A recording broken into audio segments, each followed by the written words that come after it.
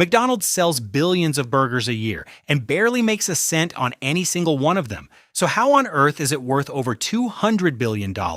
Because that building you've walked into 100 times, it's not really a restaurant, it's one of the biggest real estate empires on the planet wearing a clown costume. And almost nobody eating there has any idea. I know that sounds insane. A while back it sounded insane to me too, until a single number stopped me cold. McDonald's makes more money as a landlord than as a burger joint. So I did what any reasonable person with too much free time would do. I put on my detective hat to figure out what McDonald's is actually selling. I'm Max. No face, no job, and a detective hat I now refuse to take off. Because what I found is one of the greatest business disguises in history, and once you see it, you will never look at those golden arches the same way again. Let's follow the money. How does a business built around $5 meals become one of the most powerful companies in the world? Restaurants are supposed to be difficult businesses. Food goes bad, the staff quit, customers complain, electricity bills never stop arriving. Yet McDonald's somehow turned those problems into an empire. Something didn't add up. Maya had a much simpler theory. Maybe they just sell a lot of burgers. Honestly, that sounds perfectly reasonable until you start following the money, and once you do, the entire story changes. Imagine opening your own burger restaurant tomorrow. You wake up before sunrise. Fresh ingredients need to arrive on time. One employee calls in sick. A freezer decides today's the perfect day to stop working. Someone left a 1-star review because there weren't enough pickles. You spend the whole day solving problems, and at the end of the month, you're lucky if you keep a small profit. Now imagine trying to do that 40,000 times. Would you? Probably not. That's why I put on my detective hat. Don't laugh. Maya already did enough of that for both of us. Every mystery starts with the same question. Who really started McDonald's? Most people confidently answer Ray Kroc, except that's not where the story begins. Long before Ray Kroc became famous, there were two brothers named Richard and Morris McDonald. They owned a small drive-in restaurant in California during the 1940s. Like almost every restaurant of that era, they tried to serve everyone. Barbecue, sandwiches, desserts, drinks. The menu was huge. The workload was even bigger. Then they noticed something fascinating. Customers weren't buying everything. Most people wanted exactly the same things. Burgers, fries, milkshakes. Instead of making the menu bigger, the brothers did something that looked completely insane. They made it dramatically smaller. Friends thought they were making a terrible mistake. Why would any restaurant remove popular dishes? But the brothers weren't thinking like chefs anymore. They were thinking like engineers. Every movement inside the kitchen was redesigned. One person grilled burgers, another toasted buns, another wrapped the food. The kitchen became less like a restaurant and more like a factory. Customers loved it. Orders arrived faster. Food tasted the same every time. Costs fell. Queues grew longer. Without realizing it, the McDonald brothers had invented the blueprint for modern fast food. They had built an incredible restaurant, but they never imagined building thousands of them. And that's exactly where another character walks into our story. His name was Ray Kroc. At the time, he wasn't a billionaire. He wasn't a famous entrepreneur. He wasn't even in the restaurant business. He was a traveling salesman selling milkshake machines. Most restaurants bought one machine, some bought two, then one customer ordered 8. Ray stared at the order 8. Who on earth needs 8 milkshake machines? Curiosity got the better of him. He packed his bags, drove to California, and decided to see this mysterious restaurant with his own eyes. When he arrived, he expected confusion. Instead, he found choreography. Customers lined up patiently. Burgers seemed to appear out of nowhere. Fries moved through the kitchen almost like clockwork. Nobody looked stressed. Nobody looked lost.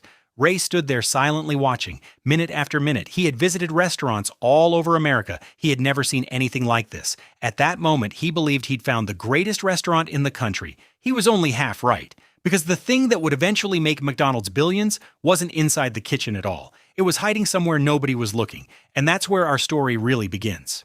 Ray drove home convinced he had discovered something extraordinary. Most people would have seen an excellent restaurant. Ray saw a system that could spread across an entire country. There was only one problem. The McDonald brothers weren't interested in building an empire. To them, the restaurant was already a success. They had more money than they needed, a business they enjoyed, and no desire to spend their lives managing hundreds of locations. Ray saw things differently. He believed America didn't need one perfect McDonald's. It needed thousands. After months of persistence, Ray finally convinced the brothers to let him franchise the concept. On paper, it looked simple. Find hardworking entrepreneurs, teach them the system, make sure every burger tasted the same, everyone wins. At first, it worked beautifully. New restaurants opened, customers loved the speed. Sales kept growing. Ray felt unstoppable. Then reality arrived. Restaurants are messy businesses. One week beef prices rise, next week cooking oil becomes more expensive. A refrigerator breaks down. A manager quits without warning. Health inspections become stricter. One bad online review scares away customers. Every day feels like putting out a different fire. Maya interrupted. That sounds exhausting. It is. And that's why so many restaurants fail. People think restaurants make fortunes because they're always busy. What they don't see is how expensive it is to keep those doors open. Imagine carrying a bucket full of water with tiny holes in the bottom. You keep pouring more water in, but it keeps leaking out. That's what thin profit margins feel like. Ray slowly realized something uncomfortable. Even if McDonald's became the biggest restaurant chain in America, they could still spend every day worrying about problems that had nothing to do with building a great business. He needed a better foundation. Fortunately, someone else had already spotted it. His name was Harry Sonnenborn. Unlike Ray, Harry wasn't fascinated by burgers. He wasn't fascinated by fries. He wasn't even fascinated by restaurants. He was fascinated by assets.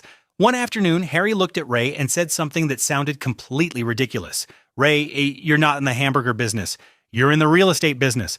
For a moment, imagine you're sitting in that room. You'd probably react exactly the way Ray did. What are you talking about? People don't visit McDonald's to admire the parking lot. They come for burgers. Harry smiled, then he explained.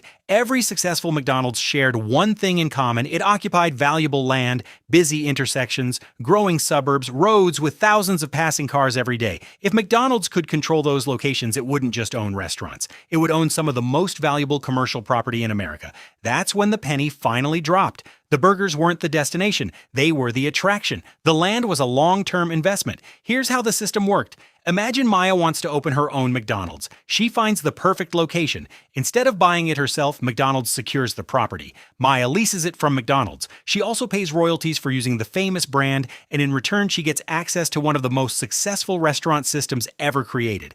Now notice what just happened. Before Maya sells her first burger, McDonald's already has multiple income streams: rent, royalties, brand value. If burger sales slow down for a month, rent still arrives. If ingredient prices increase, rent still arrives. If inflation pushes costs higher, rent still arrives. Suddenly, this wasn't just a restaurant company anymore. It was a company building long-term wealth through location after location. Think about a monopoly board. Most players get excited about collecting houses. The smartest players quietly focus on owning the streets underneath them. McDonald's was playing Monopoly. Everyone else thought they were flipping burgers. And from that moment onward, Ray stopped thinking like a restaurant owner. He started thinking like someone building an empire. The next chapter of the story would prove just how powerful that change in thinking really was. From that point on, McDonald's wasn't simply opening more restaurants, it was quietly building one of the most powerful business machines the world had ever seen.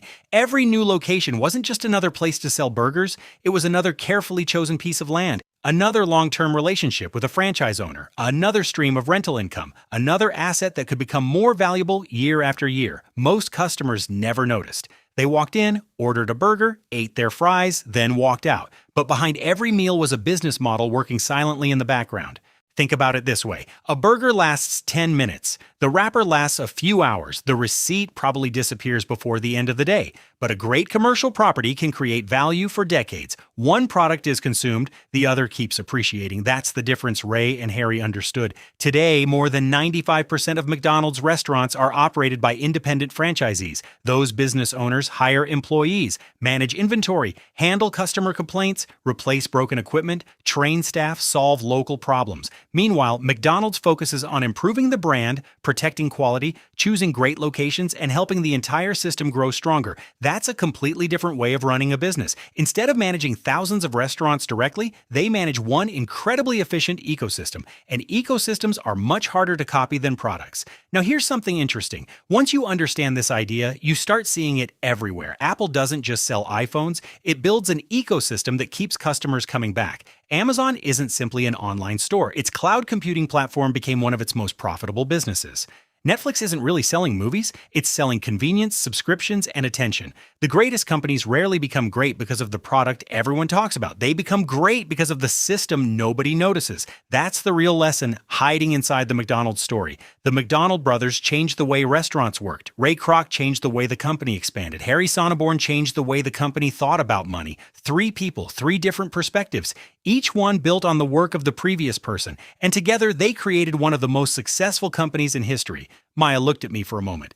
So, McDonald's is a real estate company. I smiled. Not exactly. McDonald's absolutely sells burgers. Without great food, fast service, and consistent quality, none of this would have worked. The burgers attracted customers, the operating system created consistency, the real estate strategy created long-term strength. That's what makes the business model so powerful. It's never just one brilliant idea, it's several good ideas working together, and maybe that's the biggest lesson of all. Whenever you see a successful company, don't stop at the obvious answer. Don't just ask what it sells, ask why customers keep coming back. Ask what competitors struggle to copy. Ask where the profits really come from, because the answer is often hidden behind the product. The next time you drive past a McDonald's, don't just notice the golden arches. Look at where it's built. Busy roads, popular intersections, growing neighborhoods. Those locations weren't chosen by accident. They were chosen because someone understood that great businesses don't just sell products, they build systems, and the strongest systems continue creating value long after today's sale is forgotten.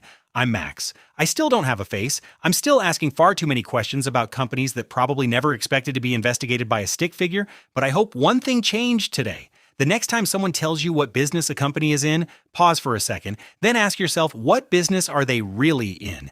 More often than not, that's where the real story begins. And if this mystery changed the way you look at McDonald's, just wait until you see what companies like Apple, Costco, Disney, Amazon, and Starbucks are really selling. Trust me, their stories are just as surprising. Until next time, stay curious.